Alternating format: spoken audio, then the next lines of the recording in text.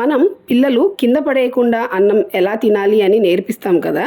అదేవిధంగా నేను కింద పడకుండా తినేది కాకుండా కింద పడేసినా పర్లేదు, కానీ వాళ్ళు తినే తిండి మంచి తిండి అయ్యి ఉండాలి అని చెప్పి నేనైతే అవే ఎక్కువ ప్రిఫర్ చేస్తానన్నమాట. సో ఈరోజు నేను ఏం చేశాను బ్రేక్ఫాస్ట్కి, లంచ్కి అండ్ స్నాక్స్కి మీకు ఈ వీడియోలో అయితే షేర్ చేస్తాను. సో బ్రేక్ఫాస్ట్కి వచ్చేసరికి నేను ఎగ్ ఓట్స్తో కలిపి దోశ అయితే చేశాను.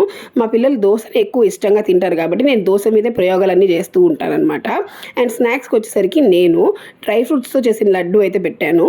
అండ్ దాని తర్వాత పప్పాయ అయితే పెట్టాను. సో ఇలా అయితే నేను వాళ్ళ బ్రేక్ఫాస్ట్ స్నాక్స్ అయితే పెట్టానన్నమాట. అండ్ లంచ్కి వచ్చేసరికి నేను బీన్స్ అండ్ క్యారెట్తో అయితే కర్రీ చేశాను. అండ్ అదే కొంచెం అన్నంలో కలిపేసి బాక్స్లో అయితే పెట్టాను. అండ్ కొంచెం పెరుగన్నం అయితే పెట్టాను.